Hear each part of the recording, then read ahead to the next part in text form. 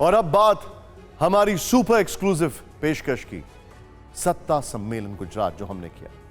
सत्ता सम्मेलन के मंच पर मैंने केंद्रीय गृह मंत्री अमित शाह जी से गुजरात चुनाव को लेकर कई सवाल पूछे।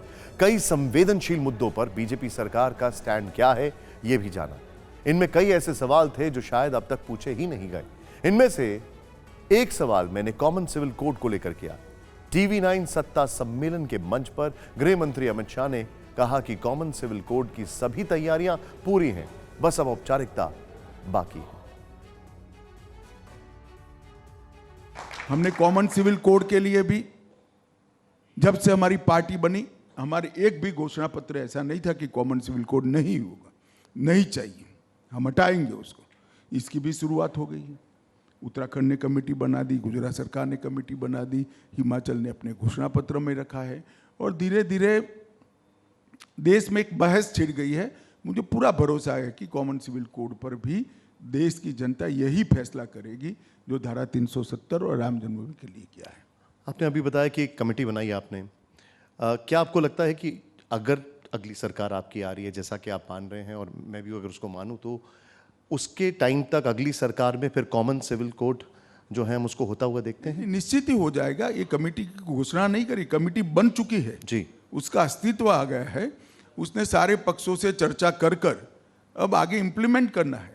राजनीतिक मंशा हमारी बहुत स्पष्ट है। जब कैबिनेट ने प्रस्ताव किया है तो भारतीय जनता पार्टी की सरकार की राजनीतिक मंशा का परिचय तो हो ही गया है और हमारे निर्णय का भी परिचय हो गया है। अब फॉर्मेलिटी आगे करनी है। सत्ता सम्मेलन के मंच पर मैंने केंद्रीय गृह मंत्री अमित शाह जी से गुजरात में त्रिकोणीय मुकाबले को लेकर भी सवाल पूछा। मैंने यह भी पूछा कि गुजरात में बीजेपी के सामने कांग्रेस चुनौती है या फिर आम आदमी पार्टी? क्या इस बार गुजरात में त्रिकोणीय मुकाबला होने जा रहा है?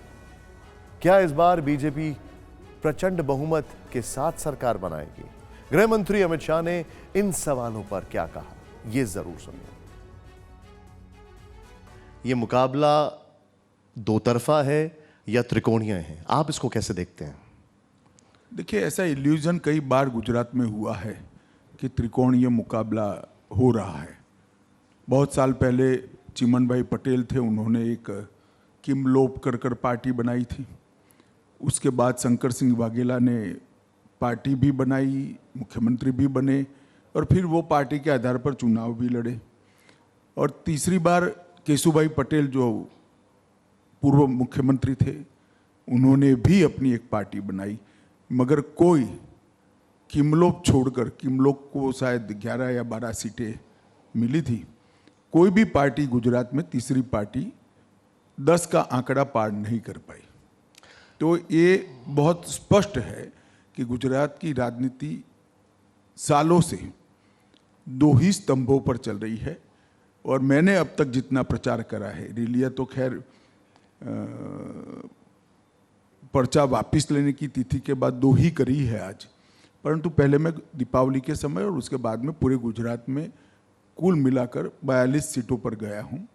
मैंने स्पष्ट देखा है कि ये सीधा सीधा भाजपा और कांग्रेस के बीच में मुकाबला है। अब ये सवाल मेरा इसलिए ज़रूरी हो जाता है कि अगर आप कांग्रेस की बात कर रहे हैं, आज उनके बड़े बड़े नेता निकलते हुए दिखाई दे रहे हैं, थोड़ा बहुत वो लोग सड़कों पे भी कम दिखाई दे रहे हैं। आपको लगता है वो चुनौती दे रहे हैं आपको?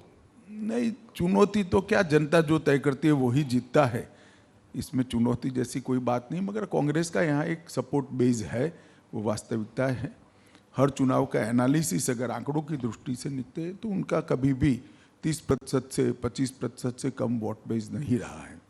क्योंकि आपने वोट शेयर की बात की, तो क्या आपको ऐसा लगता है कि वोट शेयर के लिहाज से आम आदमी की जो एंट्री है, ये कहा जाता है कि उनकी एंट्री से कांग्रेस को नुकसान होगा, वोट शेयर में उनके डेंट लगेगा, ऐसा कई लोग कहते हैं, ऐसे कई जानकार कहते हैं, आपको ऐसा लगता है?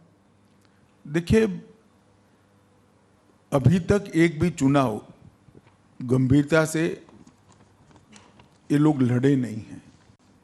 तो प्रचार का हाइप और जनता का भरोसा दोनों के बीच में बड़ा अंतर होता है।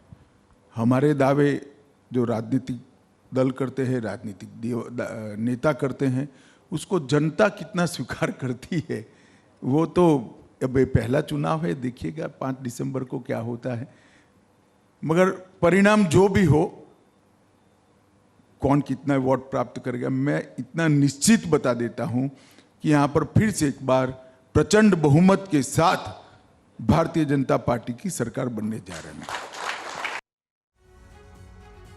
प्रचार का हाइप और जनता का भरोसा, अमित शाह जी ने कहा इन दोनों में बहुत फर्क होता है।